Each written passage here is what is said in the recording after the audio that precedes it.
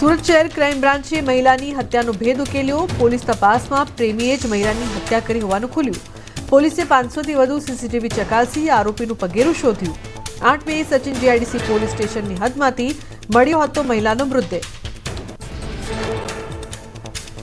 Surat crime બ્રાન્ચે drug supply કરનાર ગેંગને ઝડપી પાડ્યો. આરોપીઓ પાસેથી 7 લાખથી વધુની કિંમતનું 75 ગ્રામ જેટલા એમડી ડ્રગ્સ કબજે કર્યું. પોલીસે ડ્રગ્સ કાર, મોબાઈલ સહિત 12 લાખથી વધુનો મુદ્દામાલ કબજે કર્યો.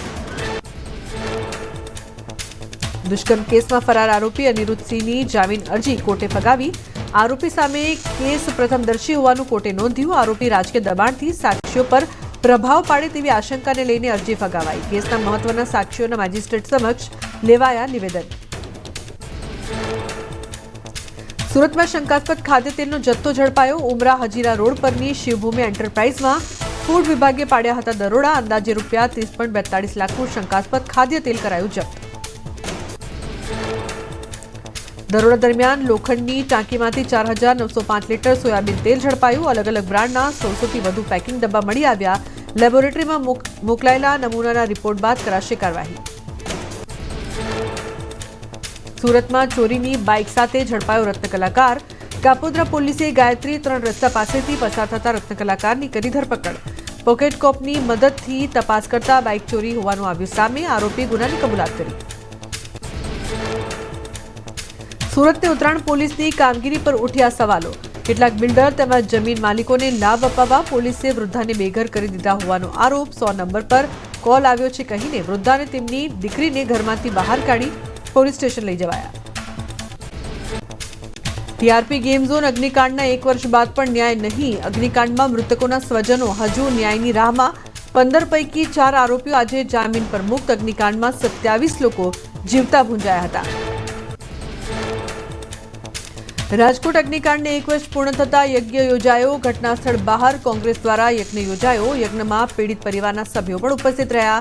યજ્ઞમાં તમામ 27 મૃતકોના આત્માને શાંતિ મળે તે માટે પ્રાર્થના કરી. રાજકોટ ટીઆરપી ગેમ ઝોન અગ્નિકાંડની વરસી દેવગ્રુપ દ્વારા મૌન પાડી મૃતકોને શ્રદ્ધાંજલિ અર્પણ કરાઈ. મૃતકોના પરિવારજનોને જલ્દીથી ન્યાય મળે અને આરોપીઓને સજા થાય તે માટે ન્યાયતંત્રને કરી વિનંતી. ગુજરાતની 2 બેઠકોની પેટા ચૂંટણીના ફૂંકાયા બ્યુગલ. કડી અને વિસાવદર બેઠક પર યોજાશે પેટા ચૂંટણી. 19મી જૂને બંને બેઠકો પર યોજાશે મતદાન. 23મી જૂને બંને બેઠકો પર મતગણતરી થશે. કેન્દ્રીય ચૂંટણી પંચે જાહેર કર્યો કાર્યક્રમ. પેટા ચૂંટણીની જાહેરાત સાથે કોંગ્રેસની તૈયારી. બંને બેઠક પર 4 નિરીક્ષકોની જાહેરાત કરી. કડીમાં જિગ્નેશ મેવાણી તો વિસાવદરમાં પરેશ ધાનાણી પ્રભારી. કડી ધારાસભ્ય કરસનભાઈ સોલંકીના નિધનથી બેઠક પડી હતી ખાલી. કડીમાં ગત ચૂંટણીમાં ભાજપે મારી હતી બાજી. વિસાવદર અને કડી બેઠક પર ભાજપ, કોંગ્રેસ અને આપ વચ્ચે ત્રિપાંખીયો જંગ થવાની સંભાવના. વિસાવદર બેઠક પર આપના ઉમેદવાર તરીકે ગોપાલ ઇટાલિયાના નામની થઈ ચૂકી છે જાહેરાત. પેટા ચૂંટણીના કાર્યક્રમ પહેલા જ આપે ઉમેદવારની કરી હતી જાહેરાત. સાથે જ કોંગ્રેસે પણ અલગથી ચૂંટણી લડવાની કરી દીધી હતી જાહેરાત. વિસાવદર પેટા ચૂંટણીમાં આપની ઉમેદવારી પર શક્તિસિંહના પ્રહાર. કહ્યું, ત્રીજો પક્ષ અમારા મત તોડવાનો પ્રયાસ કરશે પણ સફળ નહીં થાય. આજે 10 જિલ્લામાં ભારે વરસાદની આગાહી. આજે જૂનાગઢ, ગીર સોમનાથ, અમરેલી, ભાવનગરમાં વરસાદની આગાહી. તો નર્મદા, સુરત, તાપી, નવસારી, ડાંગ અને વલસાડમાં ભારે વરસાદની શક્યતા. ગુજરાતમાં 16 જૂનથી બેસી શકે ચોમાસું. રાજ્યમાં ચોમાસાની એન્ટ્રીને લઈને હવામાન વિભાગનું અનુમાન. બદલાતી પરિસ્થિતિમાં તારીખમાં થઈ શકે ફેરફાર. કેરળમાં 8 દિવસ પહેલા જોરદાર અંદાજમાં કેરળ પધાર્યું ચોમાસું. છેલ્લા 16 વર્ષમાં સૌથી વહેલું પહોંચ્યું ચોમાસું.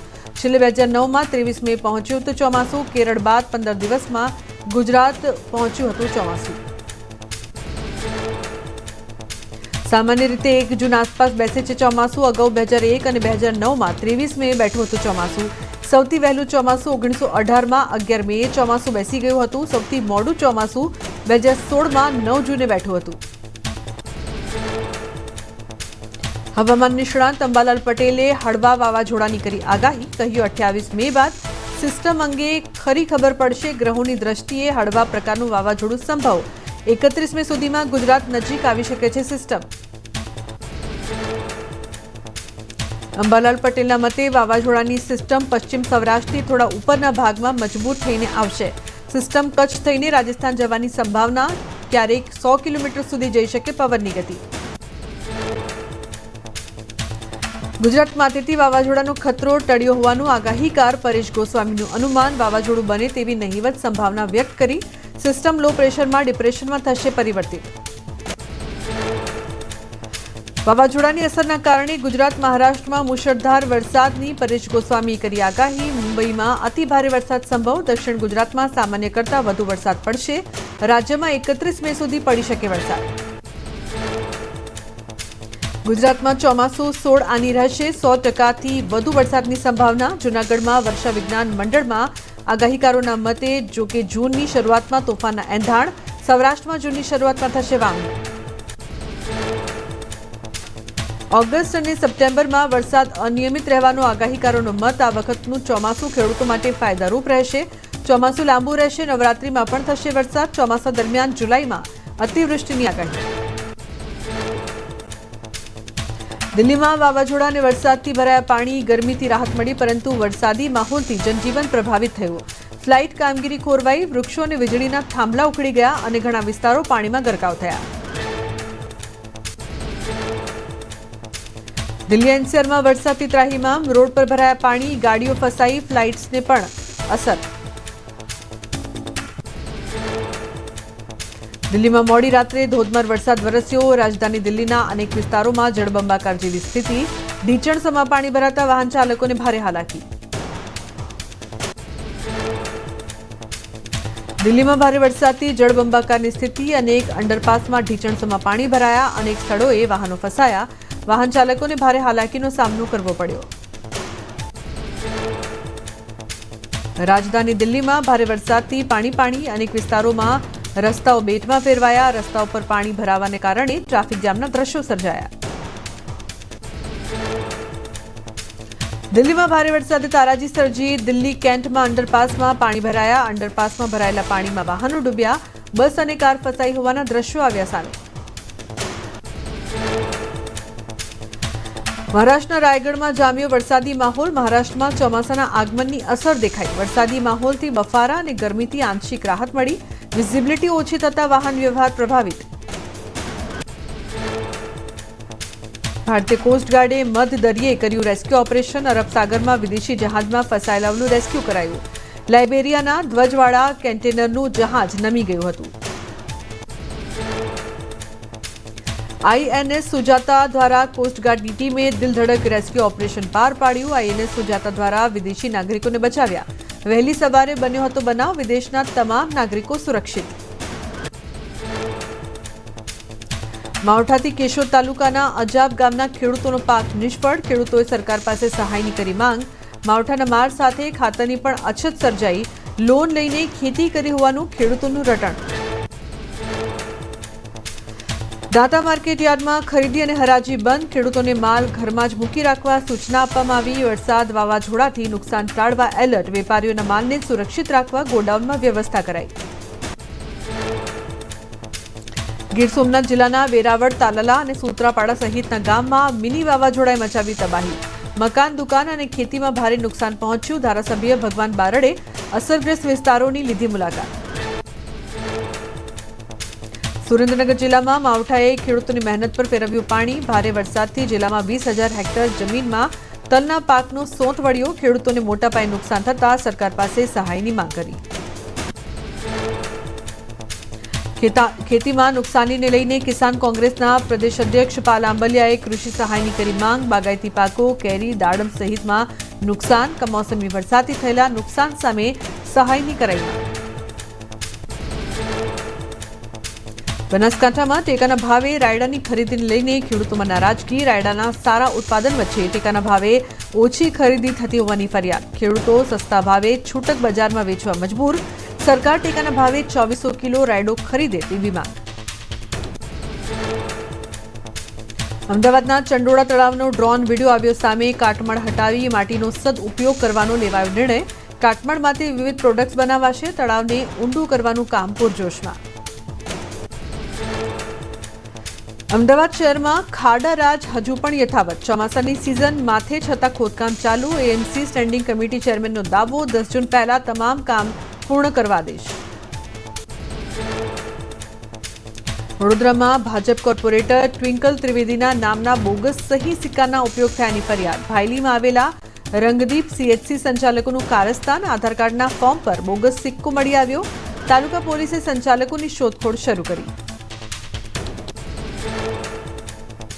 દેશભરમાં આજે યુપીએસસીની પ્રિલિમ પરીક્ષા. અમદાવાદમાં 58 કેન્દ્રો પર પરીક્ષાનું આયોજન. શહેરના 17,000થી વધુ વિદ્યાર્થીઓની પરીક્ષા. પ્રિલિમનું પરિણામ આગામી 3 સપ્તાહમાં જાહેર થઈ શકે. લખનૌ સામેની મેચ પહેલા વિરાટ કોહલી અચાનક અયોધ્યા પહોંચ્યા. અનુષ્કા સાથે રામલલ્લાના દર્શન કર્યા. રામ દરબાર મંદિર પરિસરની લીધી મુલાકાત. વિરાટ કોહલી અને અનુષ્કા શર્માએ ભક્તોનું અભિવાદન પણ ઝીલ્યું. ભાવનગરમાં કોરોનાની રી-એન્ટ્રી. 2 દર્દી કોરોના પોઝિટિવ નોંધાયા. એક આધેડ અને સગર્ભા પોઝિટિવ. હાલ બંનેની સ્થિતિ સ્થિર. તંત્રએ સરટી હોસ્પિટલમાં ઓક્સિજન અને વેન્ટિલેટર સાથે વધારાના 10 બેડની કરી વ્યવસ્થા. પેટલાદ શહેરમાં કોરોનાનો એક કેસ નોંધાતા તંત્ર એલર્ટ. દર્દીની હાલત સ્થિર હોવાથી હોમ આઇસોલેટ કરાયો. પેટલાદ સરકારી હોસ્પિટલમાં 14 બેડનો આઇસોલેશન વોર્ડ તૈયાર કરાયો. ઓક્સિજન પ્લાન્ટ પણ સજ્જ કર્યો. પાલનપુરના 11 વર્ષીય બાળકનો રિપોર્ટ કોરોના પોઝિટિવ આવતા હોમ આઇસોલેટ કરાયો. દર્દીના સંપર્કમાં આવેલા 8 લોકોના ટેસ્ટ કરાયા, જે નેગેટિવ આવ્યા. જિલ્લામાં કોરોનાની એન્ટ્રી થતા આરોગ્ય વિભાગે જિલ્લામાં 776 ટીમોને કાર્યરત રહેવાની સૂચના આપી. બનાસકાંઠાની પાલનપુર સિવિલ હોસ્પિટલમાં કોરોના વોર્ડ તૈયાર. દર્દીઓને કોઈ તકલીફ ન પડે તે માટે તમામ તૈયારીઓ પૂર્ણ કરી દેવાઈ. 20 બેડના કોરોના વોર્ડમાં દવા, ઓક્સિજન, વેન્ટિલેટરની પૂરતી વ્યવસ્થા કરાઈ. સુરત શહેરમાં 2 કોરોના પોઝિટિવ કેસ આવ્યા સામે. શરદી, ઉધરસ અને ફેફસામાં તકલીફ બાદ કરાયો ટેસ્ટ. દર્દીઓને સુરત સિવિલમાં આઇસોલેટ કરી અપાઈ રહી છે સારવાર. બંનેની સ્થિતિ સ્થિર હોવાની તંત્રએ આપી માહિતી. જામનગરમાં ફરી કોરોનાની એન્ટ્રી. પંચવટી વિસ્તારમાં રહેતા યુવકનો કોરોના રિપોર્ટ આવ્યો પોઝિટિવ. યુવકને પોતાના ઘરે જ આઇસોલેટ કરાયો. ફરી કોરોનાનો કેસ નોંધાતા તંત્ર સતર્ક બન્યું.